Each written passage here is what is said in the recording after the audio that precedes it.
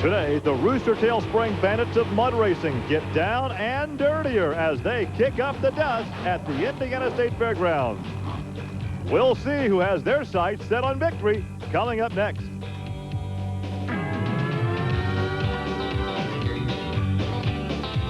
This is Trucks and Tractor Power featuring the All-Stars of the four-wheel and off-road Jamboree Fall Nationals.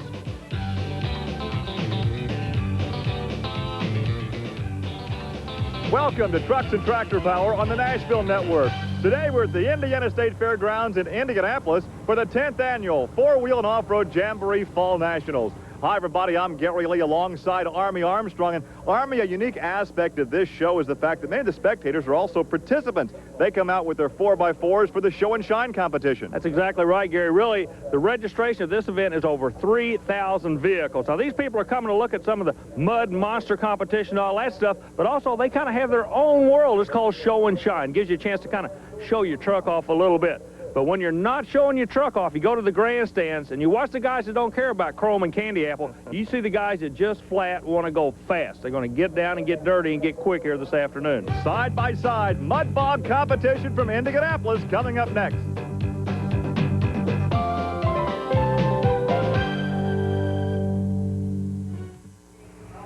It is indeed a beautiful fall day here at the Indiana State Fairgrounds in Indianapolis. Hi, everybody. Gary Lee alongside Army Armstrong for mud bog competition in twin mud pits. Look at them. Right there they are.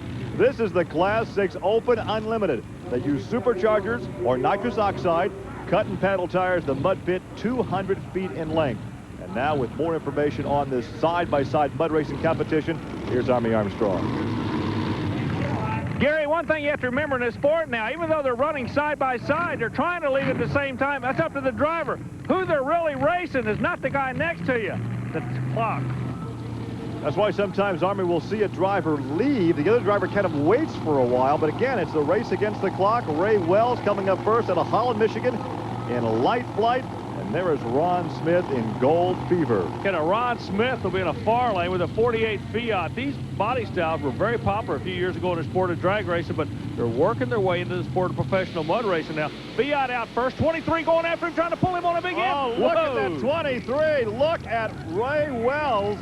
Ray impressed. Wells, what a great ride. I am impressed. He let him leave and then reeled him in big time. 322 for Ray Wells, and there is 387, and that is the time for Gold Fever.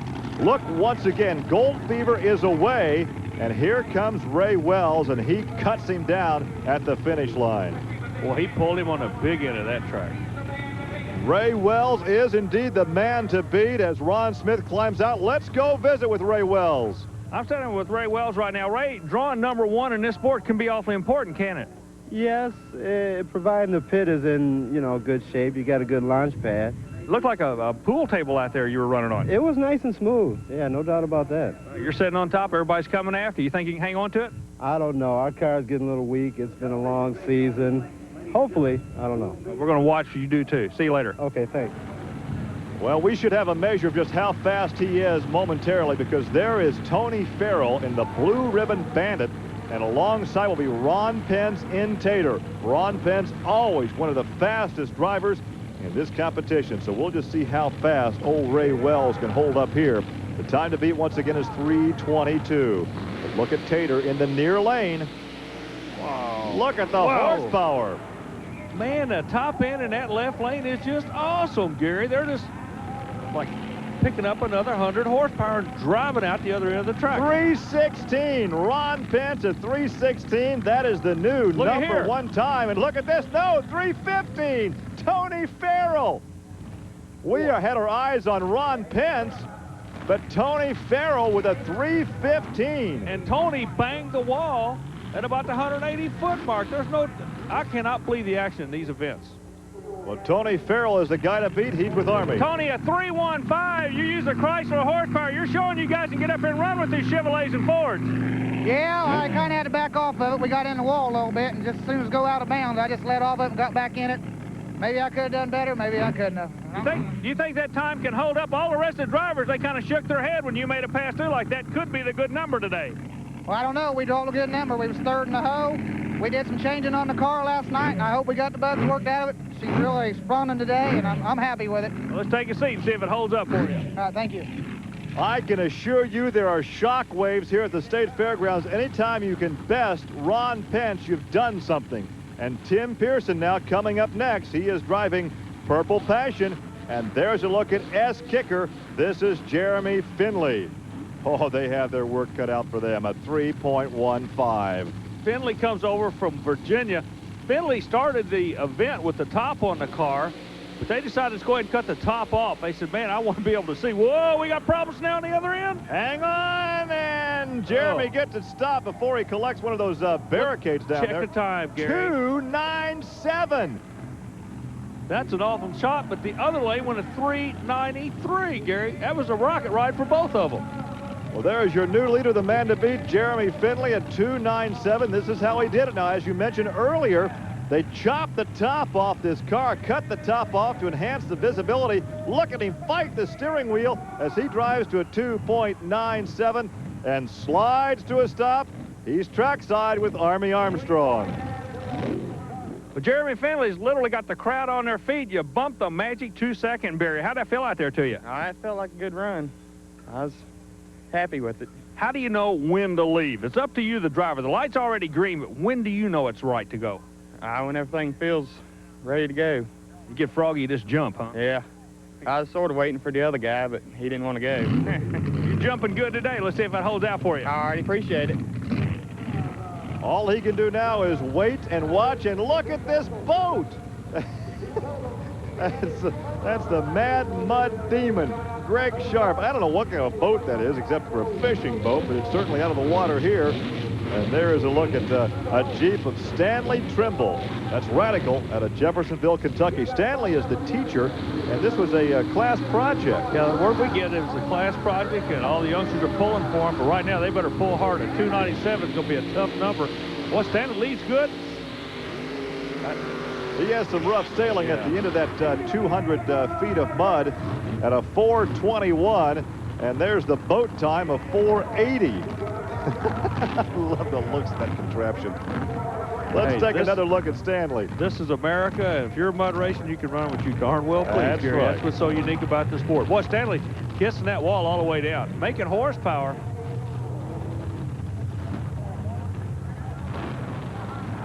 Well, now we take a look at one of the crowd favorites anywhere he runs. This is Instant T. This vehicle comes out of Ohio. This is Chad Miller from Vandalia, Ohio, near Dayton. And he will pull alongside Joe Dorr in the Instigator Racing Team entry. Chad Miller in the sport has taken some of the wildest rides I've ever seen in my life. When this kid goes to the starting line, I'll put the microphone down and walk over and watch him, and that's where I'm going right now. Don't you go anywhere. Stay right here and watch this race on the TV monitor. Well, he's not going anywhere anyway. Picking the mic back up, Gary. Picking the mic back up. Chad Miller with a problem right off the starting line, and Joe Dorr completes the run at 5.06. A 1967 Chevy, and there is a look at Instant T. He broke something. But right now, you find out who your friends really are, because somebody's got to go out there and hook that no guy one's up. running up to him right now. Not moi, I'll tell you that. A big DNF for Chad Miller as we take a look at the current standings. Jeremy Finley with that sizzling run of 2.97 in the S Kicker. Tony Farrell next at 3:15. Then it's Ron Pence at 3:16 in Tater. Well, the action continues here. The double mud bogs at the Indiana State Fairgrounds. There's a look at Charles Durbin as he secures the Simpson driving gloves. He'll be on board the Axle Breaker 3 out of New Albany, Indiana. He's coming up next to take on Frank Lowry as the action continues from Indianapolis. Stay with us.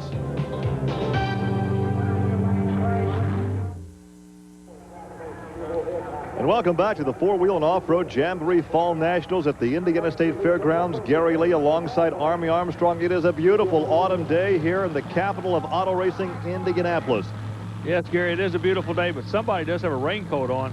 The starting lineup, man, at this event. We're pulling bonkers into the lane now. That's Frank Lowry out of Milan, Ohio in bonkers. That is a S10 Chevrolet. And there is another look at Charles Durbin. We saw the backside of that vehicle pulling away from us earlier. There's the front of the Axle Breaker 3. He is out of New Albany, Indiana, the southern part of the Hoosier State. Bonkers leaves first. Here comes Durbin. They're running a car. Durbin's in trouble on the big end, Gary. Oh, he barely pulled that back in. Well, he had to hold his breath. I thought he was going to tip that thing on over to little Tommy Tip over there at the end of the lane. Now, you got to remember, again, they're running against the clock. Even though there's 2 lanes, the guy next to you is not important. 5:17 recorded by Bonkers, the record we get. 9:22 for Charles Durbin. So we'll take a look again. Durbin was late in leaving. They're running against the clock. Lowry bumps and bangs his way through 200 feet of mud. Okay, then Durbin, what he did, as Lowry goes through, his door comes open, but Durbin actually slid through the finish line. That's where he scrubbed off all that time. Army, I think he may have rolled forward to trip that starting light to begin with before he really nailed the hammer. Very slow run. As we take a look at the Budweiser King, here is Jeff Corbett. That is a fiberglass Jeep body on this racer from New Albany, Indiana. He will pull alongside Bad to the Bone. He'll race John Herzog. John out of Garlandville, Illinois. Hey, Jeff out of New Albany has to have some kamikaze blood in him. I've seen him race before. Boy, he'll light your wick quick. He's got to go quicker than a 297. Let's see what's going to happen. There he goes. Well, he has some trouble down at the end of the run, backs out of it. Not a very good run for Jeff, not a very good run for John. There's John at 4.69 and Bad to the Bone. And there's a 3.94 for Jeff. Not all that bad, but it looked like he backed out of it. Watch the end of the run. He's getting some trouble right here, bangs off the wall, and then backs out of it. Okay, yeah, I think he lost a cylinder on the range. See a lot of a plume of white smoke come out of the right side of the engine, but you know, no loss, no gain. But I know he was expecting better than that. Where are all the crew members? He's standing there by himself. He has to clean that vehicle up. There's the agitator. There is Troy Bandy. He hails from Springfield, Illinois, about a 3.5-hour drive from here in Indianapolis. Well, sitting in the other lanes, another line. He's out of Galesburg, Illinois. That'll be Michael Garrett. Mike is driving a 1946 Willys. Goes by the name of the Equalizer. Now, we say it's a 46 Willys, but, you know, being honest with the folks, it's a fiberglass replica of a 46 Willys. You know, weight's so important in motorsports, so everybody comes back with a fiberglass body. Hey, this Galesburg guy's impressing me. Well, he trips the light with a good ride in that far lane. And let's check the time, 4:05. And now we wait for a time for Troy Bandy, and that's a 6:60 for the agitator. That's not going to affect our top 5 at all right now, will it, Gary? Well, it looks like the guys that went early really had the luck of the draw as they're really churning up the mud here. And it's very difficult for these guys to get the horsepower and get up on top of the mud where they really want to be. That's the trick in this sport right now. The Team Rancho vehicle comes out. It's a full-bodied funny car, okay? He's in one lane, but who's he going to draw? One of the bad boys of the sport, Bud Thompson out of Niles, Michigan, in the other lane. This could be a Donnybrook right here, an old-time street fight, if you will. The Time Traveler, one of the most famous vehicles in this type of motorsports, but look at this full-bodied car. Oh, he blew up. He flared something right at about the 180 but foot look mark. at the Time Traveler. He's bogged down for sure, but he's making a valiant effort to get out of that mud pit. Something happened early on. He turns in 11:10, but something happened early in the run, but he was determined to finish the run. There's a 3:75, and that is for Mark Waltros. He had a big flame at about the 180 foot mark. The replay will show you. Look at the bottom. About right here, Army, watch. There's the flame right there. That could be an expensive pass for Mark out of Lansing, Michigan. So he's had a chance to survey the damage. Let's go trackside with Army and Mark.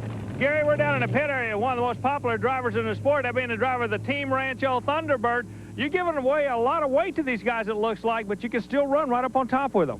Yeah, we're trying to apply more horsepower to it. It seems to work pretty well. It's just keeping the big motors together, of course. We drawed a late number today. We'd like to try and keep it early, like in the 5s, but the sun dried it out pretty good. It hooked good.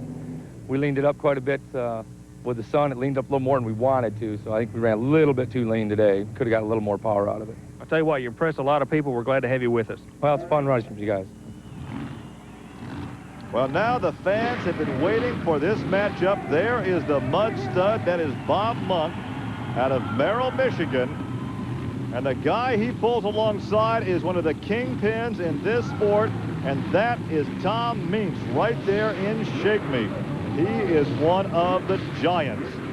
The reason Meeks is always such a player, he leans on his equipment so hard. I mean, he shows no mercy. When that light goes green, he goes 101%. It may take 120% today to beat that. Oh, he has a problem. He leaned on the equipment, all right. Yeah, but a mud stud had a good run going. 3.58, a 3.58, almost a second slower. A little bit of a fire. Yeah, that's an alky fire burning right there. You can see the heat waves. Remember, alcohol burns without the flame. They need to get a fire bottle down there. Now you can see some oil or some wiring or something that is on fire. You can see the flame, but the alcohol does burn without the flame. Now, this camera crew gave a perfect example right there of showing people how careful you have to be with an alcohol fire. Well, Tom is okay, but once again, just past the starting line, he bangs a blower. The car erupts in alcohol flames. The fire crew was there to put it out, and again, Tom is okay. Thankfully, he has walked over to our trackside announce position, and he's standing down there with Army now. One of the major players in the sport, Tom Meeks. Thomas, as soon as you hit the throttle, it's just like blowing a candle out. Yeah, as soon as I went for kill, it just didn't go nowhere, and the whole top of the motor blew off. Okay, now, you were sitting there for a moment. You knew the vehicle was on fire. The track crew couldn't see it. These alcohol vehicles, when they catch on fire like that, are you okay? I don't see any singe marks or anything. Yeah, I was fine. I just seen it was still burning from my view, but I don't think anybody else could tell it was burning. We could once you came out. We're glad you're okay. We'll see you another time. Thank you. Still able to smile after a close call like that with the alcohol fire, and also some major damage to the engine, but the current standings still show Jeremy Finley on top at 297, then Tony Farrell at 315, and Ron Pence is third in Tater at 316. We still have two more combatants to go to see if they can knock Jeremy Finley off the top of the heap, and there is a look at Shake Me on the hook, headed back to the paddock area. Back at the Indiana State Fairgrounds, where the four-wheel and off-road jamboree offers a host of activities, not only for the truck fan, but also the entire family as well. To find out more, call or write the Special Events Promotion Company. Only two more combatants now with a chance to knock Jeremy Finley off the top of the heap. His sizzling run at 2.97. He's standing by with Army. Gary, right now we're standing with a guy that's literally sitting on the bubble of this thing. Jeremy Finley, you think it's going to hold out for you today? I hope so. Shaking was about the fastest one I had to deal with. Yeah, everybody else was frowning, but you were sitting over with a big grin on your face when he had problems. Let's see if your time will hold up for you. Yeah, I don't like nobody that had no problems. I'd rather beat them racing through the pit. You know how it is. Well, two more combatants. Jeff Ballard in the Port Brothers Express out of Mount Sterling, Kentucky will be one. And there's Dragonfly, and this is Ted Horvath. Now, Jeff's experiment with a new chassis design, I kind of like it. It's an underslung design that they're still trying to get it figured out. They've got it to handle real good in the pit. But coming out of the pits where he seemed to have some problems once with it, he gets up on top, yeah, that he's mud. a player. He's a goer. But when it comes out of the pits, when they seem to have the chassis unloads or something. Ooh, see what I mean? About mid-range, though, he gets on top of that mud. He wings the throttle right there to get out of trouble. But 3.12, a good ride, a very good ride at 3.12, but not fast enough. And there's the 3.69 for Tad, and that means that Jeremy Finley will be our champion here at the Indiana State Fairgrounds. One more look, but about there, mid-range. It picks up and goes, but watch it right here. The track's only 200 feet long. He must have gone 800 feet. But Army only the first 200 feet count. And Ballard with a good ride. In fact, he is second fast now overall this afternoon. He's winging the throttle right now, trying to get that thing under control. Jeff's with Army. Gary, we're standing with Jeff Ballard, driver of the Pork Brothers vehicle, who drew the very bottom of the field, but wound up second. That's not a bad shot at all this afternoon. It felt real good, but we broke the front end. Probably could have done a little bit better if it hadn't broke, but can't complain. What about the underslung chassis? Everybody says it won't work, you drag in the mud. Well, you just showed that it does work, but you got to get on top, don't you? Yeah, that's the idea. You got to get up on top of it. Jeff, you did a good job. Thank you, Army. The last to run, he finishes second. Now the final standings again showing Jeremy Finley on top at 2.97 in the S-Kicker. Jeff Ballard then is second at 3.12 in the Port Brothers Express, and Tony Farrell is third at 3.15. And here's your winner with Army Armstrong. Gary, we're standing with a guy that all day long was literally on pins and needles. He went out early, set the quick time, and in Had to sit there and watch these guys take shots at you all day long. Some of the heat was in the back of the field, but you held on for the win. Congratulations. Appreciate it. We did it with a lot of help from my brother and my sponsors, KCD Chassis and DGI Engines. I'll tell you what, you guys are definitely making the horsepower. You're making it stick, and these people in Indiana are loving every second of it. Yeah, we try to put on a good show wherever we go. That you do. Thank you. Appreciate it. And again, our congratulations to Jeremy Finley. So that will wrap it up from the Indiana State Fairgrounds here in Indianapolis. For Army Armstrong, I'm Gary Lee. Thanks for joining us. Be sure to be with us again next week for another edition of Trucks and Tractor Power. And now, here's news of an exciting new home video release from Diamond P Sports. Here we roll again. All new from Diamond P Sports, it's Shake, Battle, and Roll 2. Call this number for Shake, Battle, and Roll 2. A brand new 70-minute thrill ride with the movers and shakers of tractor pulling. Nitrous-powered mud warriors in breathtaking battles, and monster trucks rolling with the punches as they duke it out in a sea of scrap iron. This all-new release features all stars from the worlds of monster truck racing, mud bogging, and truck and tractor pulling. Now, their racing strategy is simple. Shake, battle, and roll. 1-800-538-8900 is the number to call for this video only. Or send check or money order plus shipping and handling to this address. Visa and MasterCard accepted, no CODs. Call now, 1-800-538-8900. And call this same number, 1-800-538-8900, to get the new Diamond P T-shirt, sizes small through extra large. 1-800-538-8900. Order now.